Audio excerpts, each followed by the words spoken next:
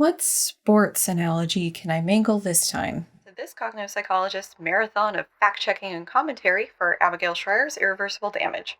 1 year ago, I thought it would be a sprint, but nope. Home stretch with this book. We are almost there. We're rounding third, but aren't quite ready to slide into home just yet. But I'd still say we knocked it out of the park. This terrible, terrible park. Plot twist. You stick with me in this video long enough, you're going to experience a really weird baking metaphor. But at least it'll be festive for the time of year this video is going to be released.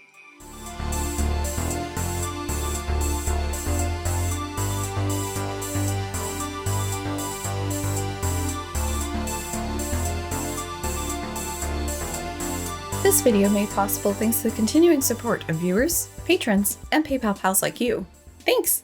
Hi, and welcome back for the final installment of this cognitive psychologist critical reading of Abigail Shrier's Irreversible Damage.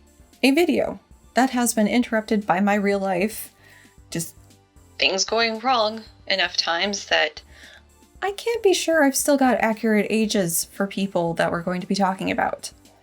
Their ability to access healthcare in various parts of the US or around the world certainly has changed in the interim though. Part of the delay in assembling this video is from the many pieces that are going into it, so let's take this as an opportunity to give you the quick outline. First, we're going to finish the book summary, as the actual last chapter in this book contains updates for the various parent stories that Shrier shared throughout the book. Then we'll do a final book wrap-up, the main points we're supposed to be walking away from this book with, along with some commentary from me. But not only me. You may or may not recall from the long ago time that was the start of 2022, I put out a request for transit or non-binary people's stories. This idea was suggested to me by Taylor as a way of getting actual transit or non-binary people's lived experiences into my series' discussion. So, additional commentary will be coming by way of parts of what people shared with me. Just as a note, I'm trying to include representative quotes for points. These quotes are from people who gave their consent to having their words shared, either by themselves or from someone else reading them. I'm not including things from people who did not explicitly give me the go-ahead for doing this. Also, names have been changed when requested. Following the book wrap-up, I'll be talking about the themes or other things that jumped out at me from those shared stories.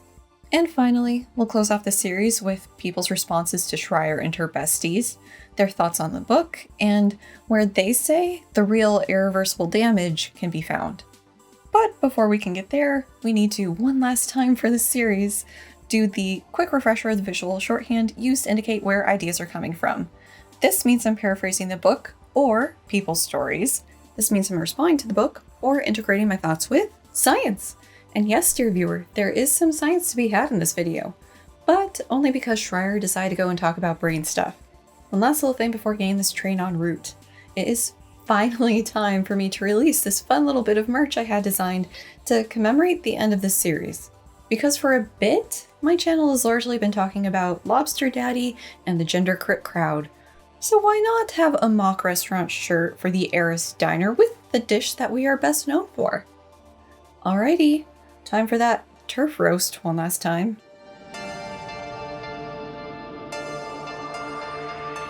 Throughout the book, Shrier's includes stories she's received from parents who were unsupportive of their offspring's trans and or non-binary identities. And just as a note at the offset here, I'm going to be saying they're children a lot, and I'm not meaning that in the sense of like little kids, just that they are the children of their parents. So just there's going to be a lot of that going forward. Some of these offspring were almost still young enough to be called children, whereas others were past 18, in college, doing other stuff, but adults. The last part of the book is a brief update for some of the stories she shared in roughly the same order they were in the book. She doesn't include any explanation or context for these updates, so there's a bit that isn't clear. If these parental updates were received after the bulk of the book was written, if she had them when she wrote the book, but then didn't want to incorporate the full story because it didn't fit the narrative or the point that she was going for, some of both, neither. I would guess that she had the full story for at least most of these parents going in, but then there's the question, why not include the full story as she was saying it? To ever so slightly spoil what's coming in the video, I would guess that the endings are sequestered in the very, very back of the book because in the majority of instances, the parents couldn't change the minds of their kids. And the one that did is... It also isn't clear why the majority of stories do get this final update treatment, but some don't. For example, Kay, who featured in the Parents chapter, doesn't get an update. Kay's mom was unsupportive to the point of therapist, doctor, and clinic shopping when they wanted to use gender-affirming treatment, then pulling Kay out of treatment entirely. After the mom found Transgender Trend and Fourth Wave Now, she tried to get the schools to stop gender-affirming treatment, was unsuccessful, and started the Kelsey Coalition. The Kelsey Coalition has a minimal to missing online footprint at this point. The most recent video on the YouTube channel was October 9th, 2019. The .org website linked to by their YouTube header is up for grabs, and the top of the search results goes to a website where you can download a PDF guide to fight the purported transing of youths. The Kelsey Coalition is listed as a supporting organization. Shrier's book wise, we left Kay at a point where their mom stopped their treatment, and she was trying to block the school from providing a safe and affirming space for her kid. It at least looks like Kay's mom has stopped the Kelsey Coalition activities. Why she's done this isn't clear from what's available online. But if Shrier was grabbing updates as she was wrapping up the book, it's possible that Kay's mom opted to not. So for each of these, we're going to go through the Cliff's Notes version of what was included in the book, and then their update.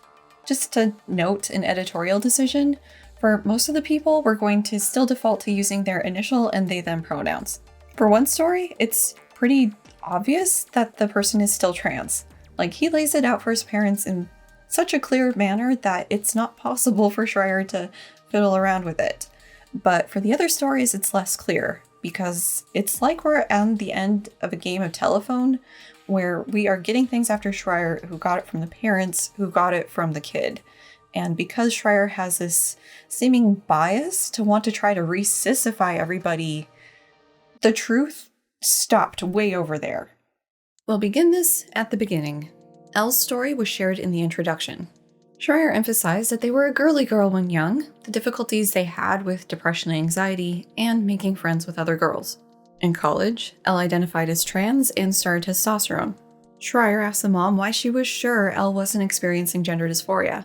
She gave pretty typical reasons for these stories. The offspring hadn't been obviously gender nonconforming when young, the mom was never told about gender dysphoric feelings, and Elle had dated boys. These ideas are things we've seen throughout this book, but some things bear repeating. Unless a parent could claim the James Randi $1 Million Prize for demonstrating they have actual mind-reading powers, these parents don't know everything going on inside their kids' heads. Especially when it comes to sex and gender. That can be incredibly difficult to talk with your parents about, even with a good relationship. And it's even more difficult if there's a history of the parents responding negatively to these sorts of things, or minimizing it, or just, we're not talking about that. Also, as will become evident by some of the stories we'll go through later, the trans and or non-binary adults I spoke to were kind of just all over the map for how gender non-conforming they were as kids.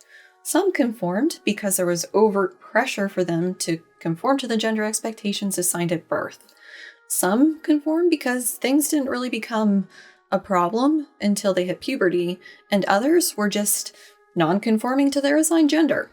That behavior can be part of a full picture if trying to establish something like gender dysphoria, but the gender nonconforming as a youth behavior on its own doesn't capture the full picture. Finally, the mom's comment about Elle having dated boys misses that gender identity and expression are separate dimensions from orientation. Being attracted to men doesn't preclude the possibility the AFAB person is trans. It is terribly convenient when writing things like this book to forget or overlook the non-hetero attractions among trans and or non-binary people. What's cruelly funny is that, had I been gay, it would have been so much easier in many ways, as I at least had some notion that there were people who chose partners among their own sex. But I only knew I wasn't that. I was interested in women, so the only explanation left to me was me being broken, icky, creepy. Elle stopped testosterone after 3 months because it made them, quote, feel horrible enough to want to be done with it, but Shrier notes that was long enough to, quote, alter Elle's voice for good. Elle is said to have, quote, dropped out of school to pursue life as a trans man and living with an AFAB boyfriend.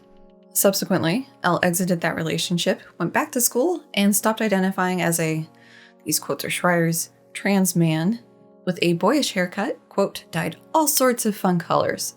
Saying Elle stopped identifying as a, and I can't believe she puts quotes on this in the book, she really does at this point, respecting trans adults my ass.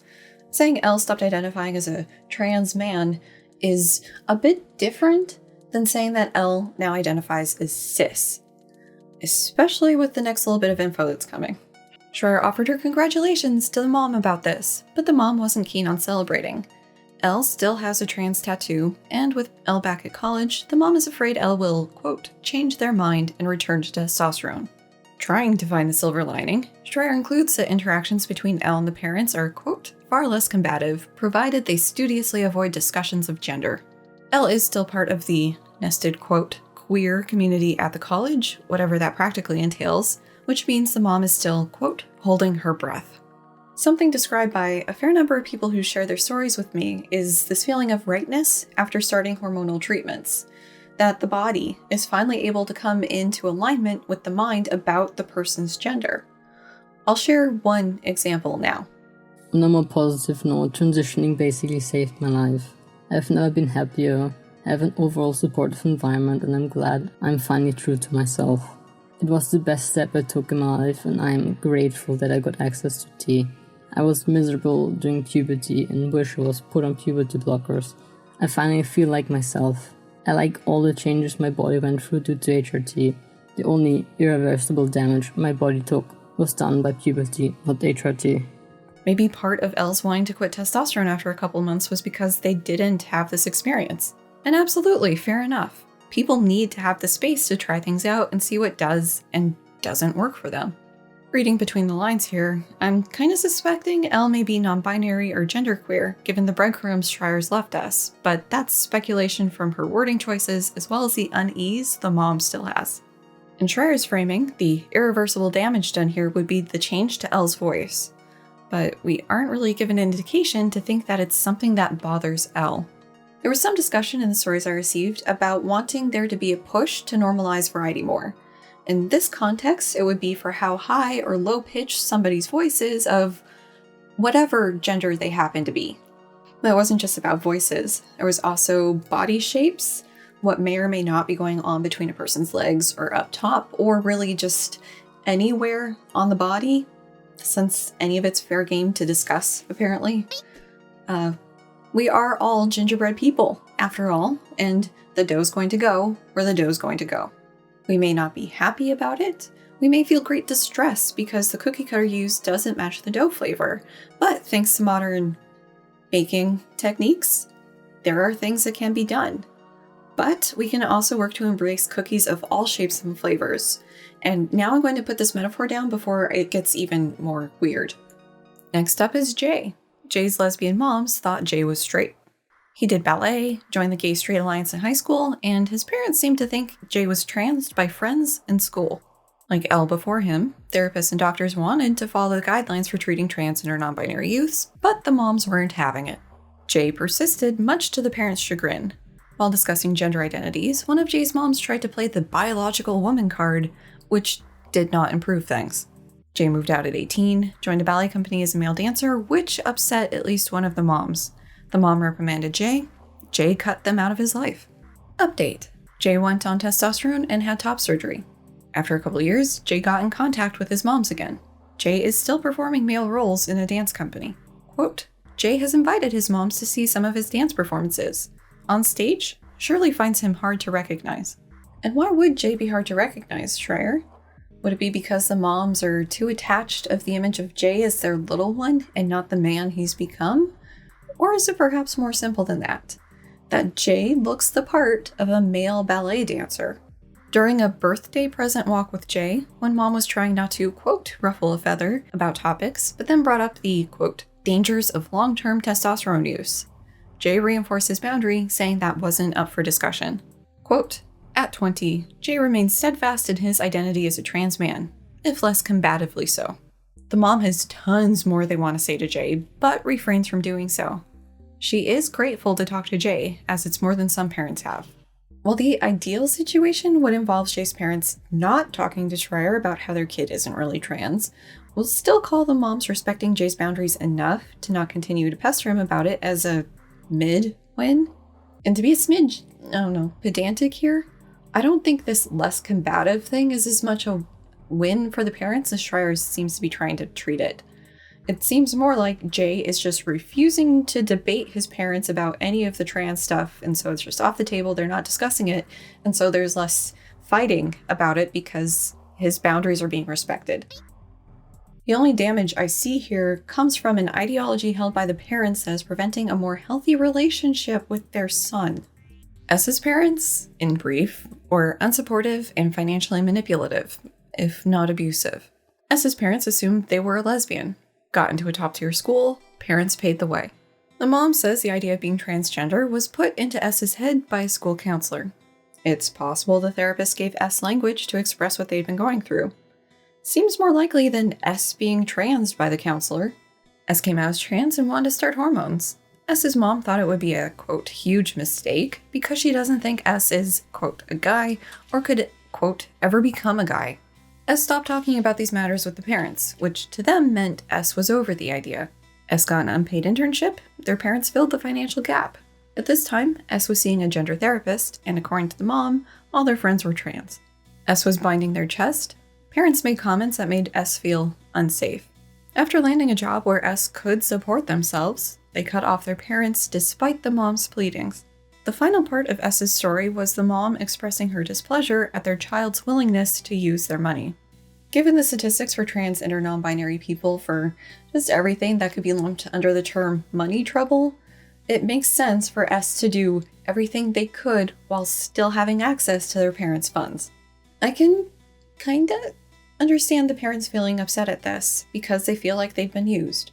But the flip side of that is if this was going to be this much of an issue for them, that access to their financial support was contingent on a certain gender identity from an obedient child, they should have communicated and reinforced that. Consistent parenting and all of that. As fucked up as it is, this is seemingly a boundary for them. But a parent cutting off their kid is generally frowned upon. There are exceptions, of course, but by and large, as a society, we tend to not view that in the most positive way. And I get the vibe from the parents that they might be particularly concerned about the optics of cutting off their kid. I don't know. I don't think I can entirely blame S in this situation. Update. S kept communication blocked for years. S's mom kept tabs on them through Instagram, which included things like a legal name change, weed, and tattoos. The mom shared displeasure about all of this to Shrier. To the mom's dismay, S said their real family was their nested, quote, queer family. The mom told Shrier it's your blood relatives who will always be there for you. Nested, quote, as horrendous as they've been, if they came back and said I need help or money or I need support, you know we'd jump up in a minute. Right. Apparently this woman's working definition of acceptance doesn't include their child's gender identity. This, oh, we would totally support them, rubs me the wrong way when we remember all Mary had to say about being financially used by S. S's dad got pretty sick. Mom tried to notify S through a sibling, but still no contact. S's brother overdosed. Quote, wasn't expected to recover, at which point S called home. The mom didn't recognize S's voice over the phone at first because it had deepened. In this reconnecting call, S told her, nested quote, I did come to realize that I was only going to ever have one mother. In person, the mom continued to misgender and dead name S when out at brunch with the mom's coworkers. S did not correct her. You know what? Me summarizing this may soften the subtext of what I'm reading here, so let me just throw up this quote for you. In fact, Mary learned, S was using their given name at work, where their stated pronouns were now she and her. S appears not to be on testosterone at the moment, since their only apparent physical change is their now masculine voice. They seem not to have gone through top surgery. They're talking about applying to graduate school. The mom doesn't know the broader implications of all of that, but is happy to be talking with S again. She also couldn't help but notice that S is reaching out at 25, since, quote, that's the age at which the prefrontal cortex is said to reach maturity. Who said, Shrier? You? Twitter gender critical types? An actual scientist? We'll get to the implications and everything in a sec, but first let's address this prefrontal cortex idea. It's brain time! Yes, in terms of maturational processes, the frontal lobes are the last to fully come online. Most people will have this done by age 24. So yes, the brain is still maturing in the age group Shrier has mostly been focusing on with this. But let's take a second to probe the impact of that on gender identity and expression, since that seems to be the implication here. The gender-critical idea that a person shouldn't be allowed to make gender-related transition treatment decisions until their brain is totally done developing. Arain et al. Helpfully include a figure for what the prefrontal cortex helps out with. So we've got things like attention, strategizing, behavioral inhibition, multi-threading, consequence weighing, and emotional control. What we don't have in this figure is gender identity, gender expression, or anything of that nature. What could this ever mean? It means, dear viewer, that we don't have evidence that a person's gender identity matures alongside their prefrontal cortex. Granted, we don't yet have a handle on how a person's gender identity is represented in the brain, or consciousness for that matter, but that caveat doesn't mean that the gender-critical idea has any basis in fact.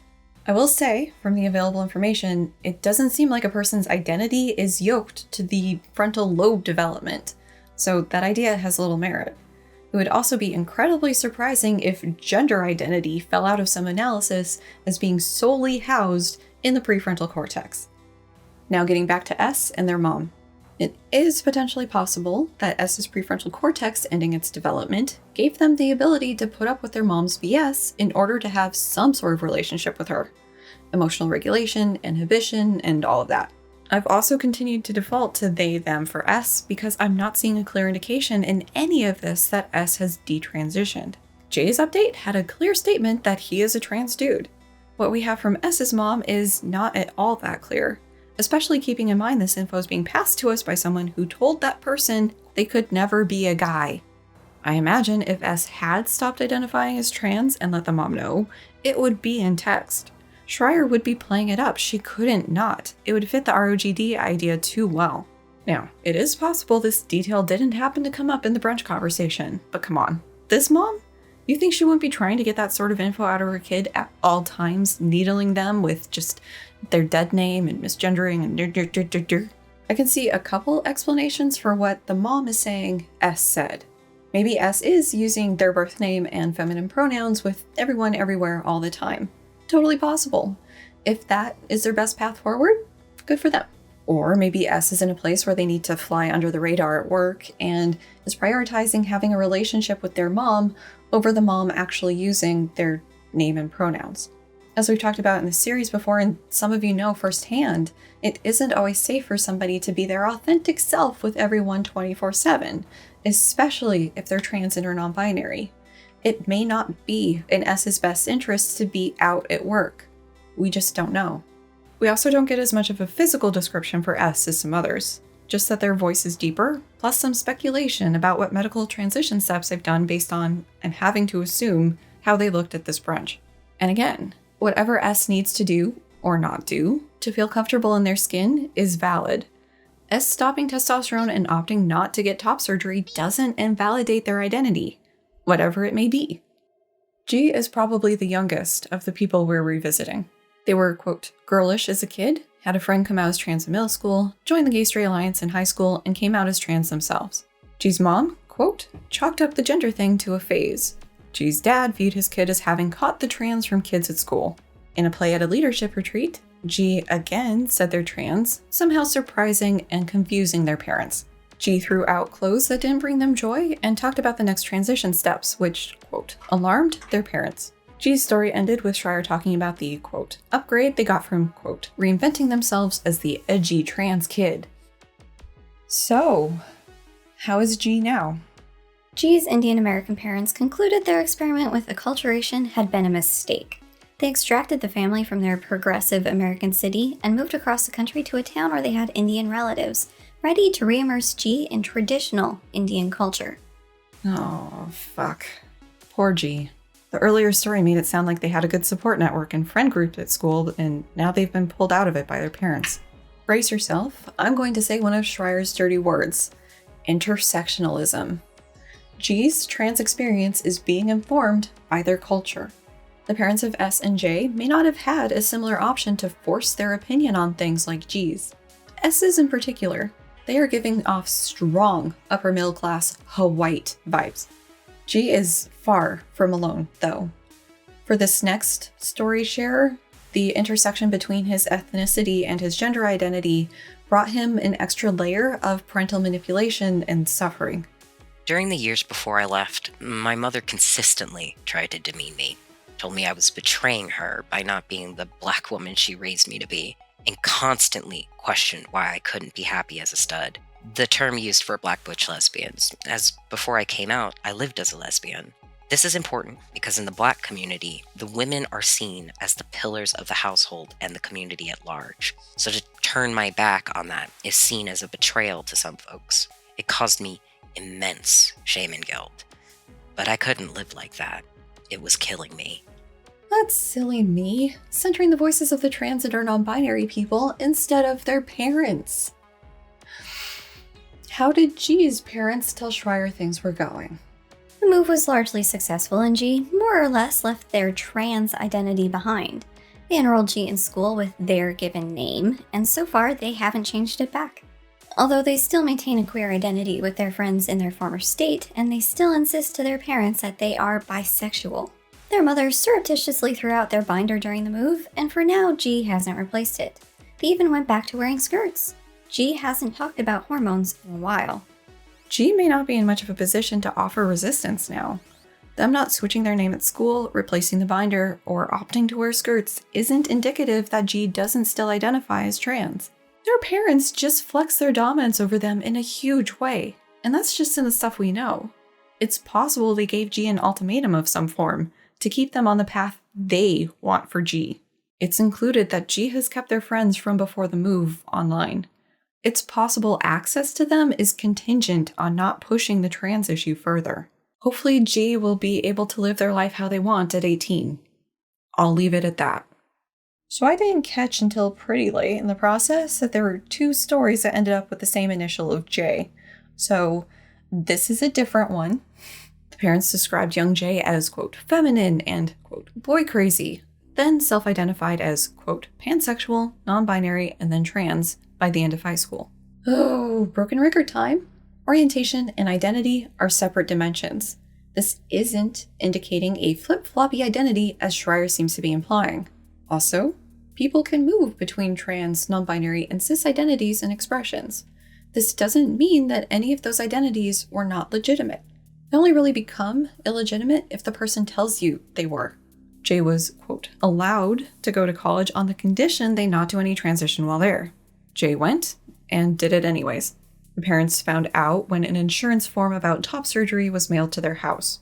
This was all seen as personal failures by J's dad, which only deepened when he found out J had top surgery despite his list of reasons why they shouldn't do it. Richard is serving some real Trump energy with all this. His kid getting gender-affirming surgery was a total fail for him.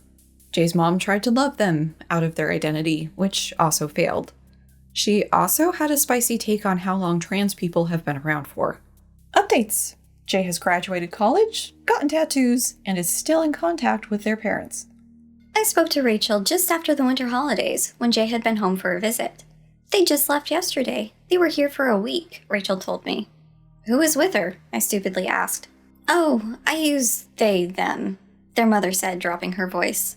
I have trouble with him. She confessed in an undertone, sounding like a hostage. Richard has been helping them to find a job. After a long struggle with unemployment, Jay's become persuaded that transgender shouldn't be the most common word on their resume. Jay seems happy, if not exactly settled in their gender identity. They are back to wearing makeup, which gives them the look of a hybrid, as their mother puts it. Rachel isn't sure what to make of it. Perhaps that's the point. Well, at least the parents seem to be trying. Shrier certainly isn't. Shrier is also quite helpfully demonstrating the lack of internal consistency in gender-critical thought. On the one hand, they say that all that matters is biology. Expression doesn't really matter. The trans rights activists are wanting people to act in accordance with the gender stereotypes. But on the other hand, we have stuff like this. Shrier indicating that Jay is, quote, not exactly settled in their gender identity because they're wearing makeup. And we all know makeup is exclusively for biological women. Snarky comment aside, this is something that was brought up by one of the AFAB non-binary people, who is apparently very quotable for this part of the video. Funnily enough, pre-T, I never wanted to wear makeup or be feminine because I hated that it made people see me more as a girl. And now that I'm seen as an effeminate queer man, I'm just happy. So which is it, Shrier? Are people allowed to express their gender how they see fit, even if it means somebody who isn't femme wearing makeup? Or is wearing makeup a sign of feminine intent regardless of the person's gender? You don't get to have it both ways. Shrier's last update is for M. They were not a tomboy and had a boyfriend in high school. College was hard for them, and they ended up taking a medical break. After summer classes, M came out as trans and started testosterone. The parents were, quote, unnerved by the sudden change and let M know. M cut contact. The parents wanted to remove M, an adult, from school, but heard that wouldn't work. They tried convincing the school's administration to do something, but the dean replied in the negatory. M is an adult, and they have consented to gender-affirming treatment, as is the recommended standard. M's story ended with the parents being upset at the school, quote, ruining their kid's life. Update. M was experiencing enough stomach pain to be convinced to move back in with their parents. Doctors couldn't find a cause, and so M stopped binding. M refused to come home unless he could continue with medical treatment, though, so is still taking testosterone. That the parents are emphatically not paying for, saying, quote, we wouldn't pay for their heroin. I'm not sure if this was said by the parents or added for flair by Shrier, but Shrier says they're, quote, waiting for the right opportunity to bring it up. A battle for another time. Of course, the parents can't just drop it and be glad M is talking with them again. Maybe even grow a little from the experience. Oh no. They've got to win this battle through attrition, if nothing else. The actual last paragraph of the book belongs to M's mom as advice for other parents. I guess I would say stay in touch. And we did. We never went a week without speaking to them. We usually talked a couple times a week, but maybe we should have done it more. For other parents, I would say really stay in touch. I'm amazed at how unprepared for college some kids are. A couple times a week? Wow. I don't know how people find that much to talk about with their parents, especially without kids. Also, it's always top tier advice to continue to try and maintain contact with someone who has told you to not. An exception to that is if you think the person is not thinking clearly or is in danger, which Shrier has spent a whole book trying to say that these people are, so details muddying things up yet again. Now that we've actually gone through the entirety of these family stories, what seem to be the takeaways Shrier wants us to get from them? Well, never stop trying to contact your kids, even if they've cut off contact with you, because maybe somebody's going to get sick or need help or something, and then they'll want to talk to you, which is something they could have done without the harassment. But I guess there's less of a sense of the parent making it happen in that case. Seriously though, if someone cuts you out of their life for reasons you don't agree with, don't respond to that by increasing your attempts to contact that person.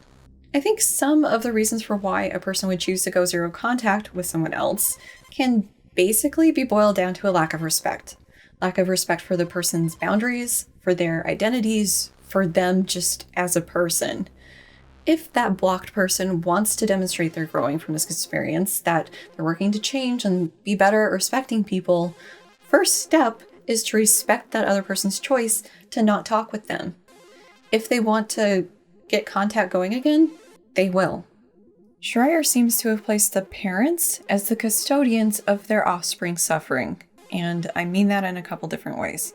For one, in the framing of this book, the parents are set up to be the ones who really understand their kids and their gender identities, and as such, they are the ones to know if their kid is really trans and or non-binary, or could be experiencing gender dysphoria.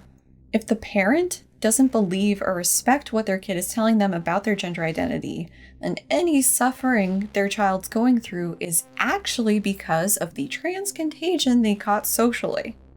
Because how could it possibly be anything other than that? The other meaning is that it seems like these parents could only have the impact they wanted on their kid's identity if they had 100% control over their child's life. Things like moving the family across the country and isolating their kid, sending their kid to a work camp, and so on. Those were the children who snapped out of it. anything short of total control, and it seems the best a gender-critical parent could hope for is your child choosing to bear the misgenderings and dead namings in order to have a relationship with you at all. Which, I guess, lets the parent eat their transphobic cake, but that has to be some pretty bitter cake. One last thing for this portion of the video. I think it's worth noting that only one of these stories included an actually young youth. Everyone else is at the very least a young adult, if not actually well into their 20s. Shrier has tried to set up the argument that once you publicly lock into a gender identity, it's harder to back out if you change your mind. So in her book, these adults may already be in that position. An alternative position that doesn't require the many assumptions found throughout this book is that we take people's descriptions of their gender identity and sexual orientation at face value, even if they're young. Speaking of those assumptions, let's metaphorically flip through Irreversible Damage one last time and wrap this whole thing up, so we can better yeet it off the cliff. I've been torn on how to structure the rest of this video, how to best weave all the different threads together. The method I settled on is to do a very brief summary of the main points from this book, because holy shit do we have thorough cover to this point in the series, good.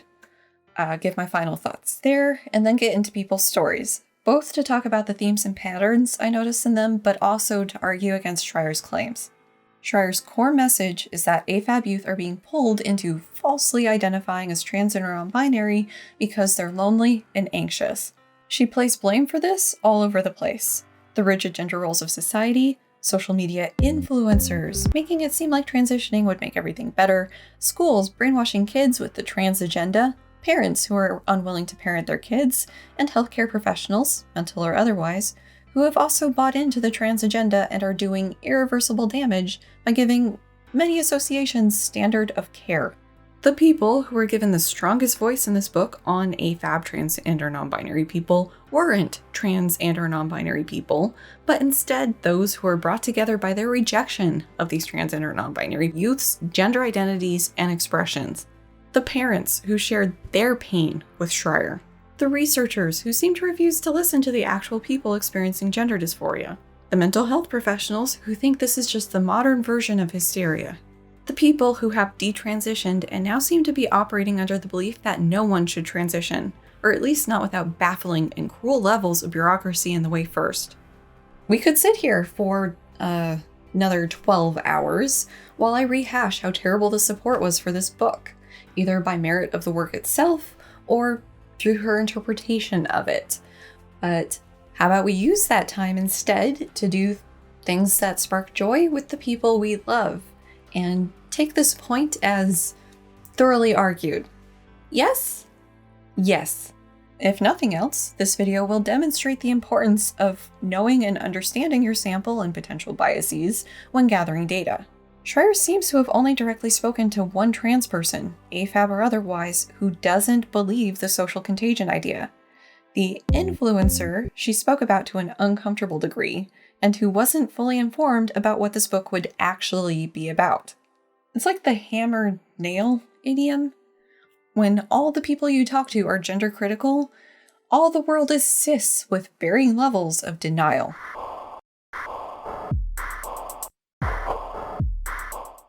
With Shrier out of the picture, finally, at least for this, I want to spend a little time talking about the themes and patterns I noticed in the stories that were shared with me.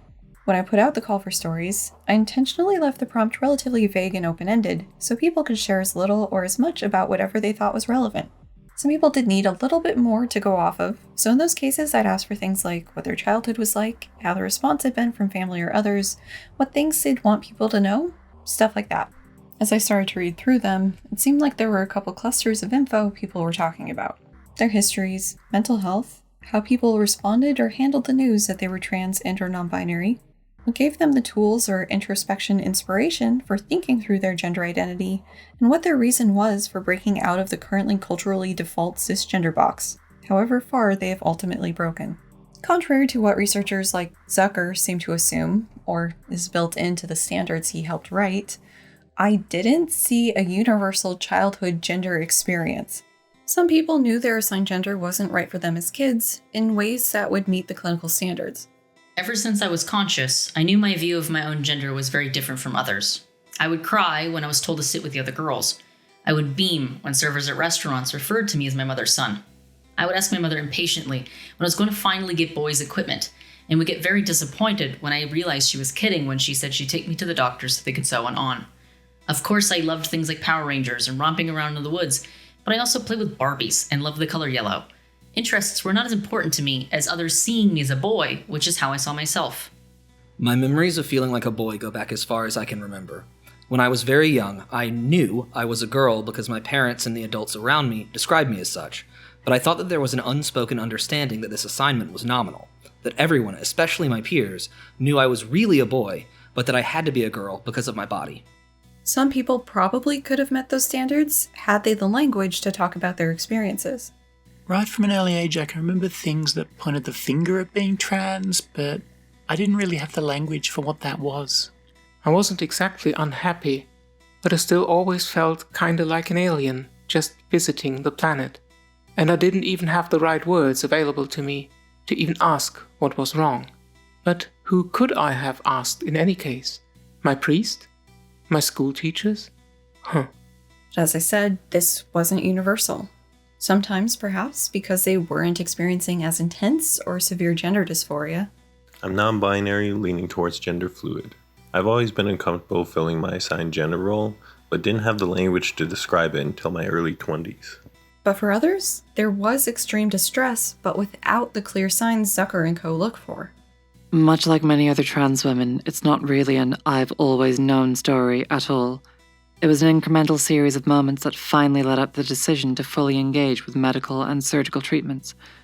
The earliest memories I have of dysphoria weren't really the cliched ideas of trying on mummy's high heels or some other hypercamp bullshit, but of simply feeling wrong and bad. A deep-seated sense of shame that I wasn't able to fully articulate. I became badly suicidal by age 10, but quickly learned how to mask and hide things and pretend normalcy in order to get on with others. Some people assume that these feelings of wrongness or pain with your body are something everyone has to deal with. Some dealt with it by trying to do their assigned gender so fucking hard. Before I found out that I could in fact transition and wasn't forced to live life as a woman, I compensated with being hyper-feminine because I thought all women did that to cope with the pain. Some by hiding what they were experiencing because they thought they were alone. I adopted the view that I was sick and disgusting. I hated myself for wanting to change. I was sure that I alone had this disease, but I had no idea what it was. Every once in a while, I would take steps towards transitioning, without knowing it, and then quickly abandon the idea. Some hid or tried to bury the feelings because of their contexts. I first came across the word transgender when I was 16, and I immediately knew it was the word for the feelings I'd been having my entire life. But growing up in an extremely religious household, I believed I shouldn't do anything about it, and that God meant me to be female. I told myself it didn't matter anyway, since I could never change my bone structure or DNA, so what was the point? I kept my feelings a secret. A not uncommon sentiment I saw here was hoping God could fix the situation, either by changing their body. As early as 7 or 8, I remember privately praying to God every night that I would wake up as a real boy the next morning. Or by changing how they felt. I came to the realization that I am non-binary, though at first it was still hard to accept. I'm Roman Catholic, so I even tried to pray it away. I'd spend my showers and sleepless nights thinking if God could actually take it away. If people weren't feeling off or wrong before puberty, but would go on to develop some level of gender dysphoria, that is when the feelings definitely kicked in, sometimes to a debilitating or life-threatening degree. There was a promise I made to myself, that if I turned 18 and had not gotten onto testosterone, I would kill myself. I cannot communicate how bleak it was, and how lucky I am for making it out alive. I'm going to roll in schooling and the discussion of LGBTQ curriculum into here because I downsized the wrap-up. One of the arguments in this book is that teaching children about the different sexual orientations and gender identities and expressions is encouraging children to pick a not cis, not straight identity for specialness points. However, in so many of the stories shared with me, the feelings were there before the knowledge was. Looking back, I would have loved so much to know about all this stuff as a child, at least in broad strokes. I would have liked to have the words to ask questions and to describe myself. I would have very much loved to not have all that Catholic shame instilled in me. And I would have loved to not feel like a constant failure for over 20 years, just for not having reproduced. That one was so deeply ingrained, it still kept me from trying HRT for a while, and was already in my effing 40s then. The catch-22 here, because there are apparently a lot of catch-22s to be had in the transgender non-binary experience, is that people, particularly kids, need to be able to clearly articulate their feelings and sense of their gender in order to get treatment or be allowed to transition. But they need to be able to do all of that without the vocabulary or the concepts you need to do those things. Because if you are told about those, then suddenly your feelings and thoughts aren't real. As discussed by Emily, not having this information in schools is actually doing a greater harm than having it. The idea that keeping kids in the dark about the existence of transgender people protects them from being trans is ridiculously harmful. First, it assumes that being trans is a negative, something to be avoided, a disease. Second, it not only hurts the trans kid, but the people around them too. I despised myself as a kid and into my adulthood because I thought there was something terribly and unspeakably wrong with me. I couldn't share it with anyone, and I couldn't do anything to fix myself. I lost at least 18 years because of it. My wife lost at least 13. This was avoidable, but cannot be recovered. That is where irreversible damage occurred in my life. Not everyone brought up some aspect of their mental health, but for the people who did, they said it improved after transitioning. I can't even begin to describe to you how much those two things have done for my mental health. Like, I still have mental issues, my family has a long history of them, but ever since I got top surgery, the difference is it feels like I can actually just live. Like, every moment in public isn't just excruciating for me. It's important to note, though, that transition can describe many types of transition. Some people felt better after socially transitioning. Others saw an improvement after doing some of the medical transition steps. I started my social transition during the second half of 2021, and for the first time, I actually feel like myself. I'm pointing out this distinction in the varying transition endpoints because Shrier doesn't, possibly in the service of scaring parents. For some people, transition does involve medical treatments or procedures. For them to get to a good place with their body and themselves, some form of medical intervention is required. For others, it's more about the social gender roles and expectations they're met with, and how they're viewed and treated by others. I've been asked the usual question, how do you know it's not just being a tomboy? And people saying I can still dress in a more masculine way despite being a woman. Of course I know that exists, but I feel different. It's not just about the dislike for feminine clothes, but I also don't like the fact that people see me and think, this is a girl. Some of these people might also want some medical help, but it's not everybody. It is absolutely fear-mongering to tell concerned parents that their kid telling them they're non-binary means that that kid is going to hunt down each and every medical treatment available for them. And that isn't to say that the medical treatments are bad, just that they aren't wanted by everyone. But it seems so transparently obvious that she detailed the surgical steps with anatomical relish in the transformations chapter to try to scare parents onto her side. People mentioning things like depression or anxiety wasn't uncommon, nor were suicidal ideations or attempts, particularly before transitioning. It became apparent that after I nearly completed an extremely serious suicide attempt with anesthetic medications, that it was either engage in the transition in full or die. It is heartbreaking and infuriating that Shrier paints mention of suicide as purely a manipulation tactic. People aren't thinking or doing this in an attempt to get attention or get their way. It's done out of a place of unmitigated suffering. Living a lie is, well, it's at least part of the reason for the trans suicide rate. And it was certainly a major component in my own attempt. The fucking gall of Shrier to tell parents who had the misfortune of reading her book that any mention of suicide by their kid or therapist or doctors is not actually the truth of the situation, but is instead part of the trans agenda to, I don't know, trans all the youths to destabilize the West? Shrier was never very clear about what the supposed point was of this transpiracy. Last comment on mental health. To reiterate, a trans and or non-binary identity isn't what people are seeking medical treatment for. It's the gender dysphoria or other body dysmorphia issues or other things that are in the realm of medicine. This point seems to be lost on Shrier. After nearly a decade in the closet, I am very happy to say that it was not a phase, trend, or mental illness. I am so much happier and healthier and more whole now that I've lifted that stigma and misinformation from my mind and become the real me. No one talked about their process of receiving treatment in the way Shrier described it. Not one person. The land of no questions and same-day prescriptions is a land not known to the people who share their stories with me.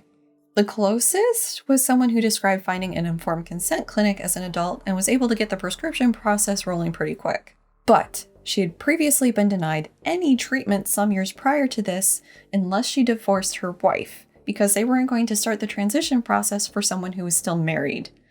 Didn't matter that her wife was on board and supportive and like, let's get this moving, it wasn't going to happen. That was something I saw in some of the stories. People feeling like they had to pick between their relationship or transition. Sometimes because of the person that they were in a relationship with, but other times because of the bureaucratic systems forcing that choice. Another point where sampling issues become apparent is in the impacts transitioning has had on people's lives. Shrier has talked to people who have detransitioned for various reasons, and while their experiences are just as real and valid as anyone else's, weaponizing their personal experiences to try and remove the choice from others is not. For clarification, I'm including this next quote to illustrate one of the detransition pathways, not to imply anything negative about Doug. By the time I was 15, I had chosen my new name, Doug. I socially transitioned pretty soon after that, regardless of any pushback. It was either live true to myself or die at that point. It didn't matter what anyone else thought. Or so that's what I thought. In 2016, at age 20, I was introduced to gender-critical ideas. Suddenly, I felt like I was choosing to live my life wrong, that I was betraying other women. By 2017, I socially detransitioned and came out as a lesbian. People around me accepted that very quickly, much faster than when I came out as trans. My gender and my life felt like a political battleground. I was sacrificing for the greater good, it felt. Over the next 3 years, I was withdrawing into myself. There were good moments for sure, but I felt like a liar when I presented myself as a gender non-conforming woman, and I tried to force myself to relate to other women that I was friends with. I figured if I could do this for long enough, then it would start to feel natural, but I couldn't. Popping in with a reminder that people detransitioning, especially because of endogenous reasons, is very rare. More often, there are external pressures to do so, so when those external pressures go away, the majority of people will detransition. I desisted for around a full year before I realized that my trans identity wasn't going anywhere. Even after I'd been made to feel so ashamed of it. I still had to grow out of the layers of gender-critical myth, though, one at a time. For a long time, I still held to the idea that there were too many trans people, and there had to be a bunch of confused cis people among them. With regard to Shrier's title, she argued that the irreversible damage would be AFAB people undergoing gender-affirming treatments and later regretting it. The people I spoke to felt the damage lay elsewhere. For the first time in many years, I want to fight. I want to keep living. I'm Oscar, a 21-year-old guy living in England. I am horribly scarred on my arms and legs. I cannot get intimate with others. I can barely manage part-time education. Still living with my parents. Unemployable. Crippled by depression. Wasn't transitioning supposed to leave me with irreversible damage? But enough gloom, for a little bit at least. A consistent bright spot in the stories I read were people full of positivity and joy over their transitions. And it can be so important to focus on the joy. I finally figured out that I'm trans early into the pandemic lockdown. I'm a service member and things got pretty rough until Biden won. Since then, my life has felt like a goddamn fairy tale. I've started hormones, I'm happier than ever despite a divorce, I'm getting cuter every day, and I have real emotions. I feel like a real person now, and I frankly don't understand how I made it 31 years feeling like I used to. In the end, all I can say is that hormones have literally saved my life. There was suddenly a lot of joy where there wasn't before. It was like I was living inside my own body, where previously I had not. I could only look back on the last decade of my life with sheer horror and regrets that I hadn't committed to transition sooner. The decision to take hormones was one of, well, maybe this'll help, and it turned out to be a magic bullet that genuinely did alleviate a shed load of my mental distress within a matter of a couple of weeks of starting the hormone therapy. I started hormones about half a year ago. I'm clearly in puberty now, and I'm starting to feel more. Just more in the sense that I felt very foggy, and it's slowly clearing. But also in the sense that I'm feeling clearly happier, which is something most other therapy hadn't solved so far. I'm feeling just more present and happy. The world is more real now somehow, and consistently is getting more and more real by the day. It won't solve all my problems, but for sure it's worth it. I started testosterone in 2014, and every change seemed like a miracle.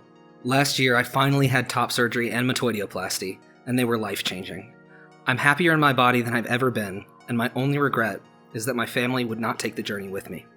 I'm happier than I've been in my entire life. Being trans often feels like you're on an endless waiting list to start your life, and when you finally can, it's the most incredible feeling. I know it sounds cliche, but I feel a little bit more comfortable with my body, and there are things that bring me endless joy seeing even now, a year plus in. Going through the process allowed me to finally live my life to the outside world as well, and it's affected every aspect of my life. My relationships are much more full, honest, and deep. My mental health has improved so much, even in non-trans related ways, and the way I see the world simply got better. Another aspect people talked about was the response others have had, either to the news that the person is trans and or non-binary, or to their transition. In the year of our Lord 2022, the broad cultural response can be negative. I've been rather mixed on my feelings about transitioning. On one hand, I feel more authentically me. On the other, I get called mentally ill and I get treated like a dangerously sick person, often simply for my trans identity and always related to my sex and gender minority statuses. For the people who talked about it, the majority had a good social response to coming out. This was mostly friends, but for some included work or school. However, contrary to some of Shrier's claims, this wasn't the boost to a sparkling social ascendancy. Coming out and transitioning has come with a lot of hard things, like the financial cost of being trans, and dealing with social stigma. I've not gained any social capital from my trans status, and I've lost more friends than I've gained. That said, it's been so positive for me overall that I can't imagine doing anything differently. This could also be an uncomfortable to potentially dangerous situation in some work environments, despite how well things were going elsewhere. It's now 7 years later from that realization, and I'm both happier and healthier than ever. I have a partner that understands my gender and respects it. I have friends who I trust enough to tell that I'm non-binary without judgment, and I no longer have to hide myself to anyone. I still do mask heavily. I'm in a field that is incredibly hostile towards trans and non-binary people. It's also a little bit hostile to women and LGBT people in general, But when I get home, or I'm not in a place where I can potentially expose myself to people who would berate me for it, I'm free to be me. As far as being in the service, when my egg cracked, Trump had already enacted the ban on transgender folks, and so I had to hide why I was so miserable. Coupled with a newly enhanced awareness of my dysphoria, it was almost too much. I imagine my experience was similar to the experience LGBTQ+ kids have growing up in far-right communities, but thankfully I could go home to a spouse who was supportive. I think I was lucky that my egg cracked at the beginning of the pandemic. I had a lot more time at home away from the attack helicopter jokes than I normally would have. The family response was more of a mixed bag. Some people will likely never have much of a relationship with their parents or siblings again. When these transition changes became apparent, my parents and the church I grew up in repeatedly tried to convince me to detransition. When I refused, I was excommunicated. I don't see my parents often anymore, but when I do, they still don't use my name or pronouns, and they still urge me to detransition at every opportunity. I felt no desire to give in to that pressure. I genuinely could not imagine going back to the way I was before. But, encouragingly, there were people who described an initial bad to downright terrible reaction from their parents, eventually turning into one of love and acceptance after seeing how much it improved their lives. My parents, despite their earlier concerns, were very, very surprised by me coming out. Even when I was transitioning as an adult, they said things similar to the parents in Shrier's book, even trying to dissuade me to not transition. However, it's been such a drastic difference to my quality of life that they have changed their stances. And some people just hit the lottery with their parents, who were supportive throughout. For people with kids of their own, situations were much more universally positive. I think the most significant thing is, without having this secret at my core, being so wrapped in a masquerade, I've been able to build much more genuine relationships with my friends, with my wife, and with the kids. I've learned how to communicate better, to be vulnerable, to not be guarding this thing that you don't want to let get out. I'm a better mum than I ever was a dad. An interesting thing here, as it relates to something Shrier included in this book, is that some of the non-supportive families were described as liberal and or secular. It is unfortunately true that some people are progressive up until the point it enters their own home. In Irreversible Damage, Shrier argued that all of these people, particularly the AFAB peeps, caught the trans from social media. That is categorically not what was shared with me. I am a trans adult, and I was a trans child. Now, I'm just going to be echoing what transgender non-binary people have been saying, but for the people on the back, in case you missed it, the accessibility of social media gives people the concepts and knowledge to talk about what they're already experiencing. It's not that they just decided they're trans, it's that they just stumbled across the language to speak what they're feeling. I didn't realize I was trans because I found other trans people. I knew I was trans, but I had no way to express that until I found the people who had the language to explain it. It's that way for a lot of trans people. For some people, it was hearing a story similar to theirs, leading to a period of introspection about what they'd been feeling and all the things that they had been doing to cope. Sometimes this can even be to the point where the person just has a general sense that things aren't what they should be, but that general sense crystallizes into something that they can talk about and understand and deal with when a story resonates deeply enough. For this platform, the names that came up the most were Abby Thorne and ContraPoints.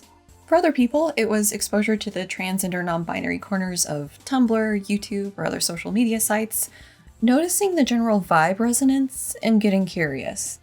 I first realized I was non-binary 7 years ago in 2015, when I first started talking to trans non-binary people. I think it was a very organic conclusion for me. The people I talked to were very distant to me. I'd met them online, but I didn't actually become friends with any of them until years later. And I didn't feel pressured to conform. They simply explained gender, why they're trans, and the spectrum itself. Something clicked. Now is a good time to acknowledge and discuss something. Christy, one of the story sharers, tasked me with focusing more on the stories from AFAB transgender non-binary people, as they're more relevant to what Shrier's talking about. But the thing is, particularly for Shrier's social contagion through social media angle, there isn't a lot of differences in stories based on assigned birth sex. Yeah, at a specific level of detail, there's some things, like trans women being the most likely to say they relate to Contra or Abby Thorne because, duh, similar experiences. But more broadly, there weren't differences here from the person's assigned sex at birth. It's not like the AFAB people were getting their gender answers through Tumblr, like Shrier seems to argue, and the AMAB people did it on their own. Like, that didn't happen. People of different designations at birth had roughly similar trajectories, having some sense or feeling of things being off when they were young, at some point, maybe in childhood, maybe as an adult, learning about gender identities and expressions, then eventually identifying as trans and or non-binary, even if it's just to themselves, and then possibly transitioning to some extent. If you talk to the parents, who are supportive or dismissive of their trans and or non-binary child's identity, it stands to reason that the parents are not likely to understand the process the child went through to work through their feelings, especially if the child knows that that news would not be well received by them. By talking to the trans and or non-binary people themselves, it's possible to get a clearer idea of how things went for them. You'd think this would be journalism 101, but I may be forgetting about Propaganda 304. This last part is the easiest to encapsulate and also illustrates just how cold-hearted and vile Shrier's book is. For the stories I received, I can break down people's drives or motivations to transition to 3 factors. Just 3. Comfort, living authentically, and living at all. Comfort in the sense of being okay and at peace with oneself. After feeling so distant to others and myself, I came out in 2021 as a bisexual trans guy and started hormones. It was like a huge weight fell off my shoulders. I'm loving all the changes happening to my body, and I feel at home in it. I'm looking forward to surgeries again, and I'm excited to legally change my name, just like I was when I was 15 and daydreaming about all of this. Now I can go weeks without thinking about my gender or sexuality because I'm living so authentically that I don't need to. I'm just happily existing and looking forward to the future. I certainly don't mean comfort in the everything is hunky-dory sense. I've considered detransitioning, of saying it was just a phase and trying to live with the dysphoria in exchange for social approval, relief from the hatred and backlash. But that's just never been me. I'll always be fully and bravely myself, with no regard for how society sees me. But oh my God, does society see me in ways that can wither, and with a will to destroy me and everyone like me. Living authentically and staying alive at all. I would have died if I stayed closeted. And the thing that saved me was people accepting who I am and being able to live my gender the way I need and want to. Anyone who tries to say otherwise can go to hell. Shrier, and others in her line of work, are trying to take people's comfort in their body and society away from them. Their ability to live in a manner that is most true to themselves, and perhaps most darkly, their lives. For so many people, transition was literally a matter of life or death. If they didn't transition, they weren't going to continue living the life they were. And we need to never lose sight that Shrier and friends want to strip all of that from people, are even succeeding in doing so in some places. All told, I read roughly 50 stories. Just 50. A tiny snapshot of the entire trans and or non-binary population.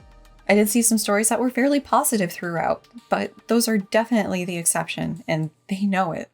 Me summarizing these stories to their themes and patterns sanitizes so much of the pain and suffering that people went through. My heart absolutely broke at some of the stories I was told. Like, I had to put it down and just, that's it for today. Like, okay, it's kitty time. Just all the pain and harm people have had to endure, sometimes from their families, because of something they can't change, only hide in those situations. I want to believe that people are capable of growing and getting better, that people are, at the very least, not evil.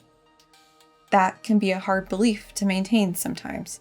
I'd like to think that the unsupportive parents could, at some point, be shown something, hear something, just have something get in that would change their mind and their hearts. I don't even know if reading the stories I read would do it for them, make what their child is experiencing more real and valid. But I do know that it shouldn't take every trans and or non-binary person reliving their trauma in order for the rest of the world to take it seriously.